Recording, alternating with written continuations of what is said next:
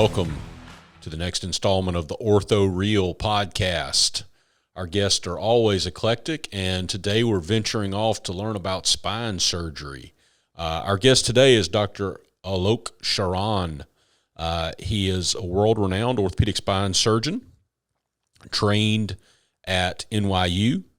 He has a master's in healthcare delivery science from Dartmouth, and he is the pioneer of the Awake Spinal Fusion surgery. We're excited to speak today with Dr. Alok Sharan. Thank you, Dr. Barber. Thank you, Matt. It's really an honor to be on your podcast. And been a big fan of yours through the LinkedIn community of all the neat innovations. So truly, I'm really honored to be on your podcast today. Well, thanks so much for coming on. You may have to do a little bit of education here, because a lot of what we deal with on the Ortho Real podcast is around joint replacement, which I know about and understand. So we're venturing off of our previously beaten path into a little bit of spine surgery on this episode. And I know some about that because I went to medical school and I did an orthopedic surgery residency, but certainly not an expert in this space like you are. For patients and people at that level that are listening, I had a professor in residency who said that in spine, you can really do two things. You can decompress the neural elements of the spine and you can confuse the bony elements. Now, obviously, very technically demanding, very exacting procedures around it, but those are kind of the two main things that you can do. To me, when I talk to patients, because I have hip patients who have back issues and things like that, I think spine surgery is sort of in a lot of ways, it's sort of a black box that patients have a lot of misunderstanding around. How do you explain what you do to patients? That's a great question. And I really enjoyed the way you frame it because, as you've mentioned, it's really just two things that we do in spine surgery. We either decompress nerves or we fuse bones. Ultimately, what I tell people is that as a spine surgeon, my job is to decompress the nerves. When people understand sciatica, people understand pinched nerves. And my goal is to take care of people who have pinched nerves with pain that goes down their legs or pain that goes down their arms. Sometimes, unfortunately, not only do people have pinched nerves, though, they have instability because their joints are loose. And when that happens, we have to fuse them as well. So we don't fuse people generally for back pain. We really fuse people when they have sort of sciatica symptoms, when they have pain that goes down the leg. That's what we take care of. And it's challenging because there's so many different parts of the spine. So what makes our job so challenging is that it's not easy to figure out what the source of the pain is. But the nice thing is, and the reason why I continue to do spine surgery is that when we do figure it out, the impact is great. I think that's very well put, and those are exactly the things that I see. You know, what I do, I think diagnostically is a lot easier, right? I mean, a lot of times if you have bone touching bone in your knee, we can all recognize that that's painful and there's probably something to correct that.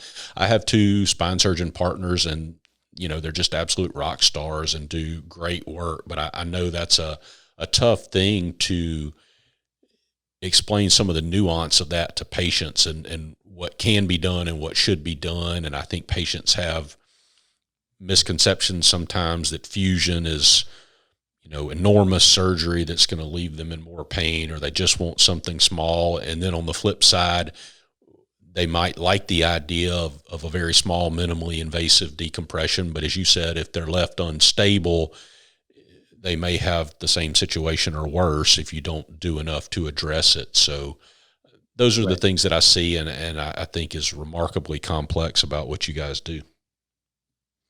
For sure. And I think with the unfortunate thing is that spine surgery to some degree has gotten a lot of bad press. And we'll get into this later about my whole Awake Spinal Fusion program, but really what we've been trying to do with our whole Awake Spinal Fusion program is to make spine surgery a good experience, a safe experience, so people don't avoid it. We want to make spine surgery as easy for patients as knee and hip replacements are, so they don't think twice about having it if they need it. I think that's key. And exactly as you said, and you touched on it earlier, the results of these surgeries can be absolutely life-changing. I mean, you're restoring mobility and the ability to walk for patients, and taking away pain in their extremities, and really getting them to understand that, I think, can be nuanced. So I appreciate what you guys do in that space. So you jumped into it there, but obviously you are the Awake Spinal Fusion guy. Tell me about this, and how did it start, and what is it? Yeah, it's a great story. And I have to say, I have to give a lot of credit to you guys, meaning you, the hip and knee replacement surgeons, because, when I was a resident, obviously I took care of patients with hip and knee replacements, and knee replacement surgery was a really tough surgery to see patients recover from. And the fact that you've been able to take a knee replacement and make it an outpatient procedure was remarkable. I took a lot of lessons from some friends who do hip and knee replacements, outpatient, to really understand how they did the journey, the transformation. And a lot of the transformation wasn't around, let's say, the exact surgical technique. I know there's some controversy around anterior versus posterior, but a lot of it was around regional anesthesia. And I was fortunate because about maybe 6-7 years ago, operated on a gentleman, very prominent gentleman in the institution I was at, and he specifically did not want to have his laminectomy done with general anesthesia. He wanted to have it done under spinal anesthesia. And the notion of doing lumbar laminectomies under spinal anesthesia, quite honestly, Matt, it's been around for a while. It's been published and stuff. But for me to do it was a novelty. And we did the surgery, and the surgery went really well. And what was interesting was I had been doing that surgery and started seeing good results. And at the time I was in an academic institution, I switched over to private practice. And it was fortunate because I was working with a group of anesthesiologists who really understood the value of regional anesthesia. They're doing it for all different types of surgery, not just orthopedics. And when I came to them and said I want to do all my lumbar procedures under spinal, they were all for it. They saw the value of it. I didn't need to convince them. And we had to work through a couple of kinks here and there, but the results were remarkable, such that I had a medical student go back and look at our data just to make sure that it was we were doing the right thing, and it was a marked difference between general versus spinal anesthesia. That was just for lumbar laminectomies, and people were going home within a couple hours. They weren't taking narcotics. They're just completely satisfied with the operation. What was interesting though is that as I was getting better at doing laminectomies under spinal, we started thinking, okay, lumbar fusions, not that much different. Our times weren't that much greater. Why couldn't we do a lumbar fusion under spinal anesthesia? There were some talks of it. There's a couple of case reports here and there and people talking about it, but no one really described spinal anesthesia for lumbar fusions. And so I talked to my anesthesiologist. We had a lot of confidence in ourselves, and we did it, and we pulled it off. I still remember that one of the first patients that we operated on was a lady who had a spondylolisthesis. She was in her 60s. She was a widow. And she had previously had, I think, shoulder surgery under general anesthesia. And after the surgery, she developed a little bit of cognitive problems, delirium. She was a widow, didn't really have anybody taking care of her. And she was really, really scared to have spine surgery because she lived by herself and didn't want to be in that confused state. I told her that I could do the surgery under spinal anesthesia, and she was enthusiastic about it. We did the surgery, and it went really, really well. And it gave us the confidence to think that we were doing the right thing. So subsequently after that, there was a new regional anesthesia block that was described about 5-6 years ago for spine surgery. And we incorporated XPro, which I'm sure you're familiar with. Yes, and sir. we essentially were able to block out the muscles that normally feel pain after surgery. And by doing so, we found out that our patients who were undergoing lumbar fusion with both the spinal anesthesia along with this regional block were just having no pain at all. It was amazing. And if you go to our website, awakespinalfusion.com, you'll see some of these patients, and really you can't even tell that they had surgery. So it's really just stumbling upon that combination of spinal and this regional block that has given us confidence to say that we don't need general anesthesia. A spinal fusion surgery can be an outpatient procedure. Patients don't need to take narcotics. Really, it's only for a couple of days that they take narcotics, and really there's a complete satisfaction. I think we've done about 200 Awake Spinal Fusion now, and the patients are doing great. It's remarkable, actually. It's amazing. In preparation for this, I visited awakespinalfusion.com and got to see some of the experiences of your patients, and you've got some footage of their anesthesia and intraoperative, perioperative sort of experience. For somebody that hasn't seen that, maybe that's coming from a patient side of this, could you explain that to them of what that experience is like, and then maybe wrap into it for me or for some of the surgeons or folks in the medical device industry that are listening? Who is that patient? What are the indications? If I'm Matt Barber and I come to you and, I have a lumbar spine problem, what surgeries are you doing this way? And then tell me what that experience might be like. Yeah, that's a great question. So the truth is that anybody who comes in for a low back procedure, not neck procedures, but a low back procedure, lumbar procedure, laminectomy, lumbar fusion, we try to do the surgery awake. And the patient should understand that you truly aren't really awake, but it's more of a twilight. So what we do is, for the patients who come in, we essentially do a minimally invasive approach to the surgery, numb people up from the waist down and give them some twilight medicine, and do our work for about an hour, hour and a half. And the patients can expect that after surgery, they're going to have minimal pain and be up and walking in a couple hours, and most often going home the same day for either a laminectomy or a lumbar spinal fusion. And my expectation is after the surgery that people will be on narcotic pain pills for really just a few days. I think about 70% of our patients are off of narcotics within 1 week, and most patients are back to work within a week or two after this lumbar procedure. And in looking at some of your videos, patients actually are awake and participate in their positioning on the actual table for surgery, which is a little more involved with spine surgery than it might be for, say, a joint replacement, where they're sort of ensuring correct alignment and positioning themselves.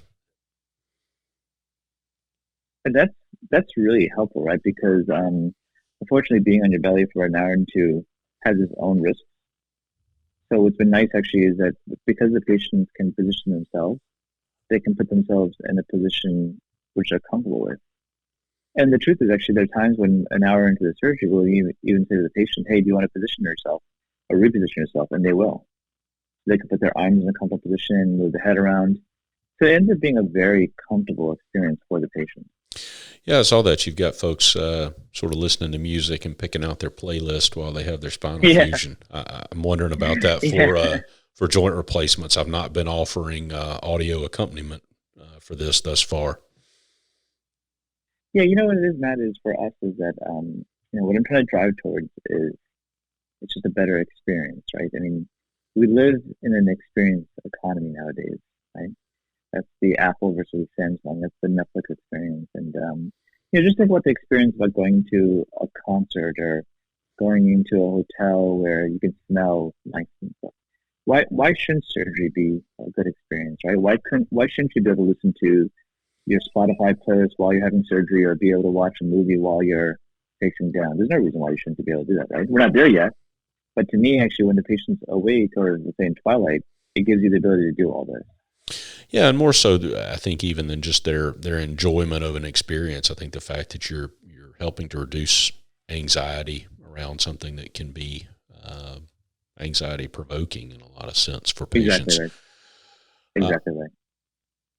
What if we get a little more technical for some of the folks in medicine and in the healthcare industry? What procedures are you doing? Are these all one-level fusions, multi-level ever? Certain patients or certain indications that you just know this is not a good idea, don't do it for this patient, do it for this patient? Yeah, we're doing 1 and 2 level lumbar fusions, multi-level laminectomies. We don't do it for patients who have COPD, who have bad obstructive sleep apnea, for example, so they can't handle being prone. People who have too much anxiety may not tolerate being prone. Those are the main contraindications. Luckily, there hasn't been many. The truth is that whenever we've planned to do the surgery awake, we've been able to. Now, of course, if you have a bleeding disorder, it becomes hard to do the spinal. If you have any kind of cellulitis, we can't do the spinal. But sure, generally, we have a good idea going into it. that we're going to be able to do this awake and we can execute. Are these done in a hospital or a surgery center or a mix of both? Mix of both, right? So a lot of the laminectomies we do in the ambulatory surgery center. The fusions we're doing it either in a hospital or sort of an HOPD situation. We haven't not yet done the Awake Spinal Fusions in the pure ASC, but that's my goal, is to be able to migrate these cases comfortably into the ASC. You're involved in a lot of ventures. I believe you've got involvement with the Doc Social platform and a lot of other innovations in healthcare.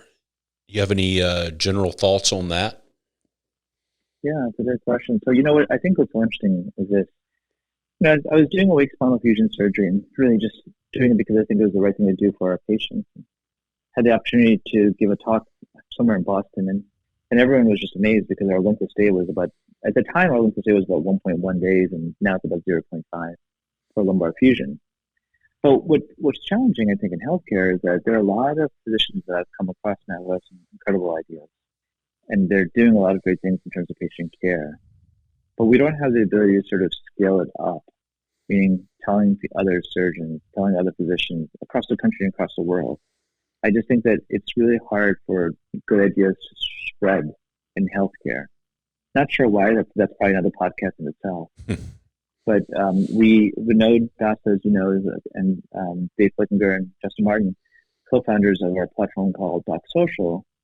To some degree, we hope that Doc Social will be able to solve that problem, and that what we're doing is, what we've created is a platform for innovative physicians who've done procedures like Awake Spinal Fusion, like outpatient knees, to have the proper resources digitally to be able to spread their ideas. I mean, there's no question that social media has really changed the way information is spread. I mean, we had a whole Arab Spring because of social media, right? So we were hoping that with all these great ideas, and you're in Alabama, you know, that we can hear about what you're doing down there very quickly, and then have the tools and resources to be able to quickly adopt it in, let's say, the Northeast, where I am.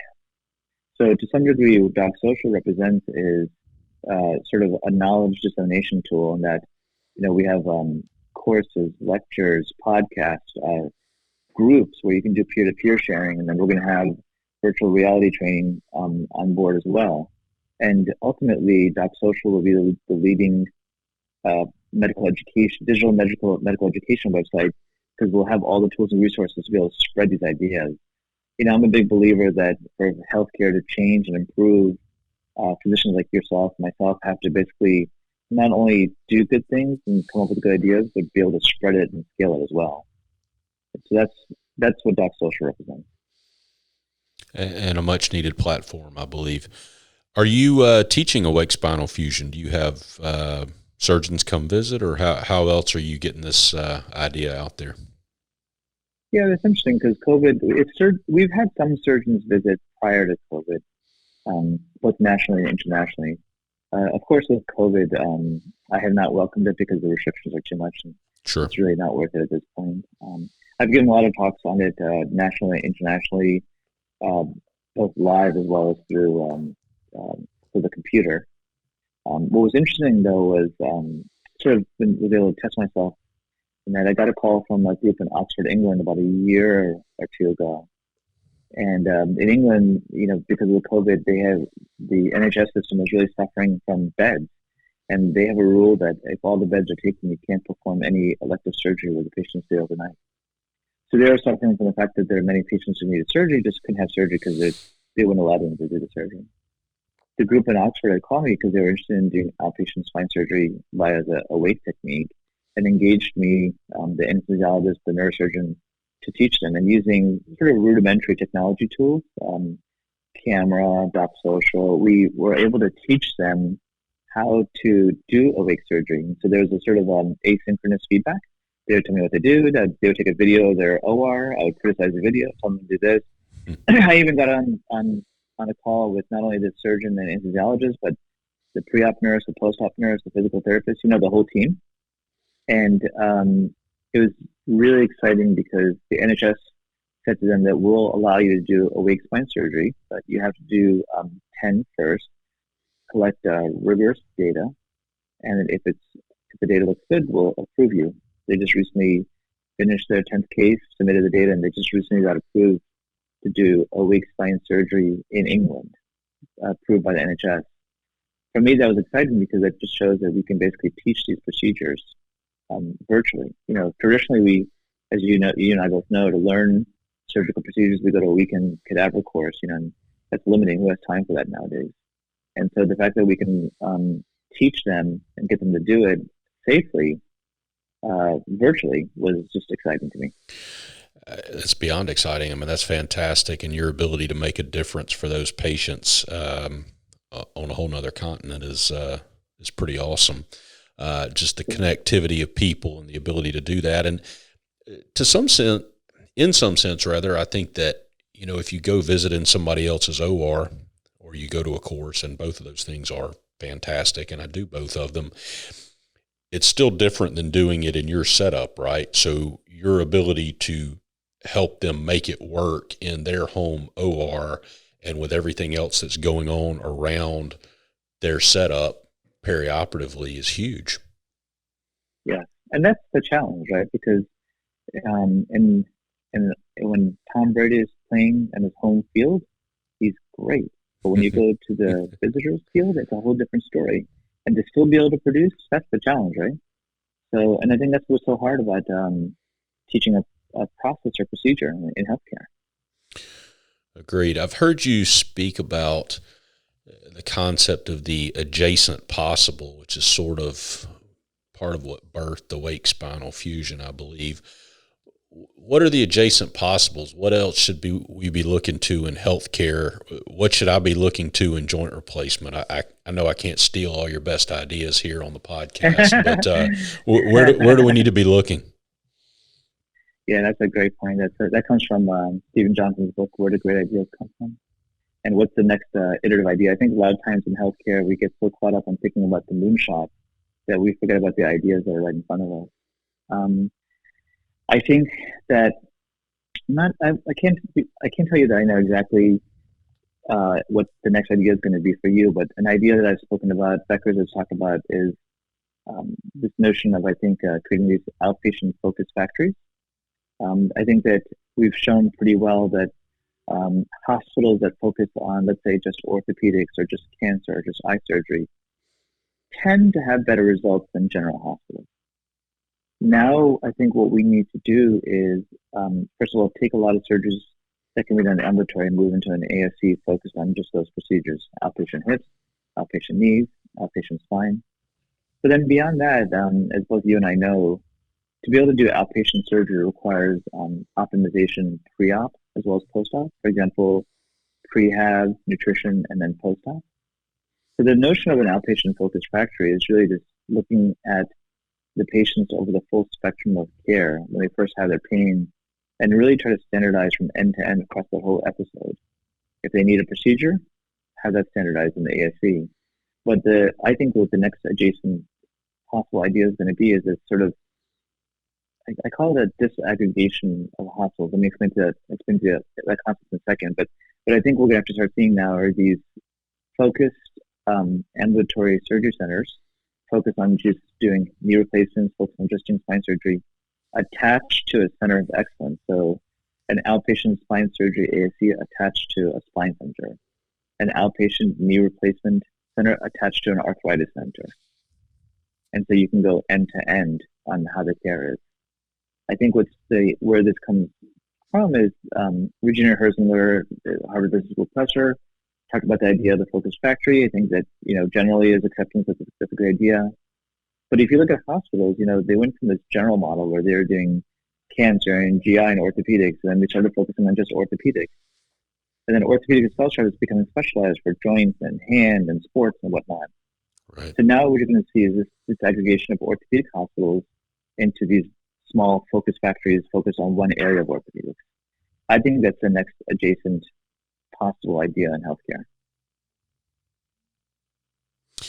Very interesting. So you'll have a bigger center that will be like almost a population management type setup for musculoskeletal care or for eye care or for whatever, and then you'll have subdivisions of that to handle particular surgical events. Correct. Neat. Correct. So then you have a ASC just devoted to doing knees, or just doing hips, or just hips and knees. And you have an ASC just devoted to doing spine surgery. Or now there are a lot of cardiology procedures that are being done in ASCs. So, and you just focus on that over and over again. So the staff just knows that from a resource perspective, you're very efficient. And I think that the quality of care is going to be better in that particular situation. Dr. Sharan, thank you so much for joining us and for sharing about not only your great thoughts on healthcare, but this truly interesting process with Awake Spinal Fusion. For people that want to find you, how do they get in touch? Oh, great. Thank you. Now, I would encourage everyone to come to my website, www.awakespinalfusion.com, and you can connect with me there. As you and I both know, we are both very we both use LinkedIn very, very commonly. So of course, people can reach out to me there as well. Well, I appreciate you sharing with us, and I appreciate your patience in walking me through the spine portion of this. It's been great talking to you. Thanks for coming on. Thank you for having me. It's been great. I really appreciate it. Nice to meet you. Thank you for joining us for this installment of Ortho Real. Remember to like and share this podcast.